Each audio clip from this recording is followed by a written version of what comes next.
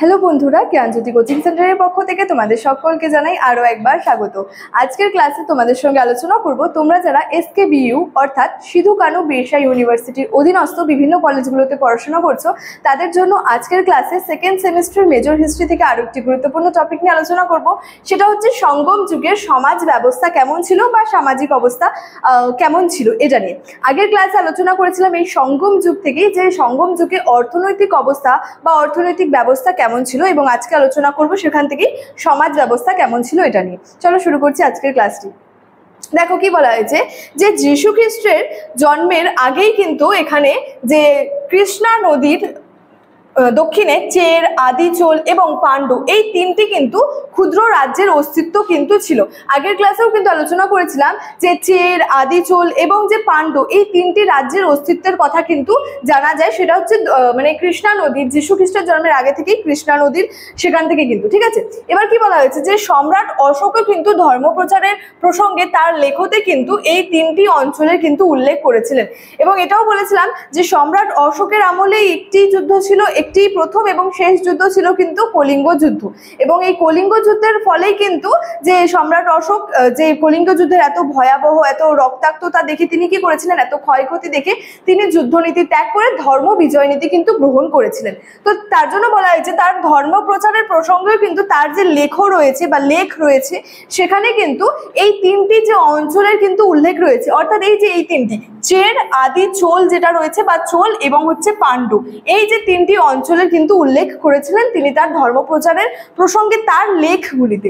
এছাড়াও কি এই সময় থেকে কিন্তু দ্রাবিড়ীয় যে দক্ষিণ ভারত ধীরে ধীরে কি হয় ইতিহাসের আলোচনায় কিন্তু উদ্ভাসিত হতে থাকে। মানে এই সময় থেকে কিন্তু এই যে দক্ষিণ ভারত, দ্রাবিড়ীয় যে দক্ষিণ ভারত সেটা কিন্তু ইতিহাসের আলোচনায় কিন্তু চলে আসতে থাকে। এছাড়াও কি তামিল ভাষায় লিখিত যে সঙ্গম সাহিত্য, তাহলে সঙ্গম সাহিত্য কোন ভাষায় লিখিত? তামিল ভাষায়।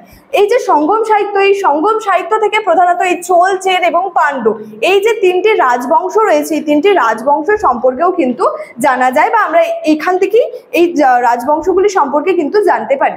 এছাড়াও বলেছে যে সামাজিক অবস্থা, অর্থাৎ আজকের আলোচনার বিষয় হচ্ছে এই সঙ্গম যুগে সামাজিক অবস্থা বা সমাজ ব্যবস্থাটা কেমন ধরনের ছিল। সেখান থেকে দেখো যে সঙ্গম সাহিত্য থেকে জানা যায় কি তামিল রাজ্যগুলিতে সমাজের সর্বোচ্চ আসনে প্রতিষ্ঠিত হয়েছিল মুনি ঋষিগণ। তাহলে সমাজের সর্বোচ্চ আসনে কারা ছিলেন? এই মুনি ঋষিগণরাই কিন্তু ছিলেন এই সঙ্গম যুগে। এছাড়াও কি বলা যায় যে এই যুগে কিন্তু দক্ষিণ ভারতে প্রথম ব্রাহ্মণদের আবির্ভাব কিন্তু ঘটেছিল, অর্থাৎ এই যুগ থেকেই কি হয় ব্রাহ্মণদের কিন্তু আবির্ভাব কিন্তু ঘটে।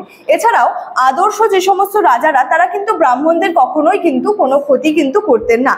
এছাড়াও কি বলেছে সঙ্গম সাহিত্যে ক্ষত্রিয় ও বৈশ্যদের কিন্তু কোনো সামাজিক মর্যাদা দেওয়া হয়নি, অর্থাৎ সঙ্গম সাহিত্য থেকে এটাও জানা যায় যে সেখানে ব্রাহ্মণদের প্রথম আবির্ভাব তো ঘটে কিন্তু ক্ষত্রিয় এবং বৈশ্যদের কিন্তু কোনো মর্যাদা কিন্তু এখানে সামাজিক তাদের কোনো মর্যাদা দেওয়া হয়নি।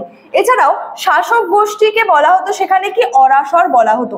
তারা কি করতো কেবল বল্লালদের সঙ্গে বৈবাহিক সম্পর্ক কিন্তু স্থাপন করতে পারতেন।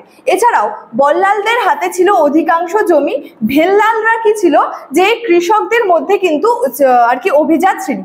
এছাড়াও সমাজে কিন্তু আয়ার যেটাকে শিকারী বলা হয়েছে, এছাড়াও পশুপালক, স্বর্ণকার, কর্মকার, সূত্রধর, কুম্ভকার, মৎস্যজীবী, মেথর প্রভৃতি শ্রেণীর কথা কিন্তু জানা যায়, অর্থাৎ প্রভৃতি শ্রেণী কি ছিল এই সময় বিরাজমান ছিল, বিরাজ করতো। তাহলে এই যে সঙ্গম যুগে যে সামাজিক অবস্থা বা যে সমাজ ব্যবস্থার মধ্যে যেটা রয়েছে সেখানে কি কোন কোন শ্রেণীর অস্তিত্বর কথা আমরা জানতে পারি বা কোন কোন শ্রেণী বিরাজমান ছিল।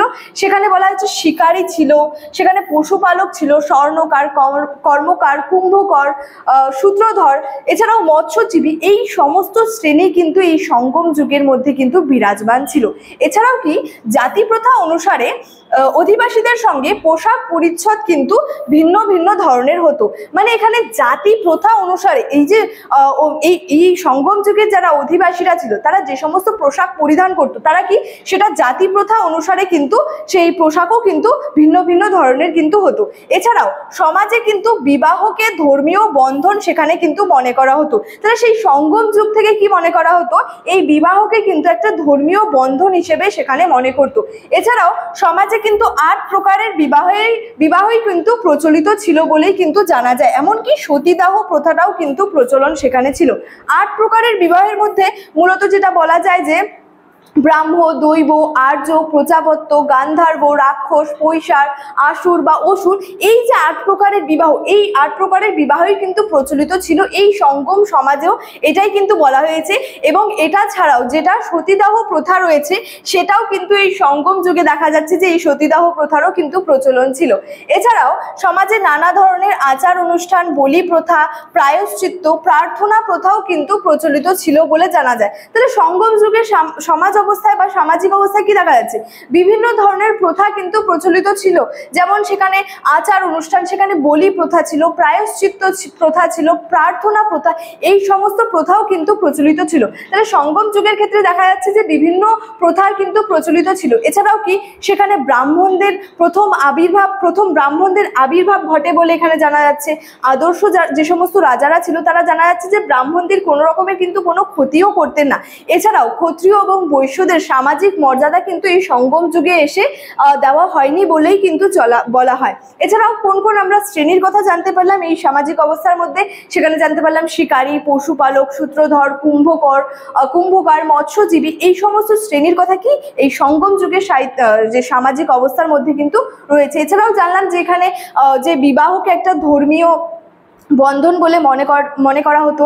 মূল 8 ধরনের বিবাহের কথা জানা যাচ্ছে, কি কি বিবাহ রয়েছে সেটা নিয়েও আলোচনা করলাম। এছাড়াও আরেকটা হচ্ছে যে মেন সতীদাহ প্রথারও কিন্তু এখানে প্রচলন ছিল। তো এই সমস্ত কিছু নিয়ে কিন্তু আজকের ক্লাসে আলোচনা করলাম। আজকে সঙ্গম যুগের যে সমাজ ব্যবস্থা বা সামাজিক অবস্থা কি রয়েছে এটা নিয়ে কিন্তু আলোচনা করলাম। আজকের ক্লাস কিন্তু আমার এতটাই ছিল। ক্লাস শেষ করার আগে তোমাদেরকে একটু বলে রাখি যে তোমরা যারা ভাবছো আমাদের সঙ্গে এই সেমিস্টারে অনলাইনে যুক্ত হবে, নোটসপত্র নেবে, সাজেশনস নেবে, তারা আমাদের হেল্পলাইন নাম্বারে যোগাযোগ করতে পারো। আমাদের হেল্পলাইন নাম্বার হলো 6295916282 এবং 7076398606। আজকের ক্লাস এতটাই, দেখা হচ্ছে পরবর্তী ক্লাসে। তোমরা সকলেই ভালো থেকো, সুস্থ থেকো। Thank you so much. Thanks.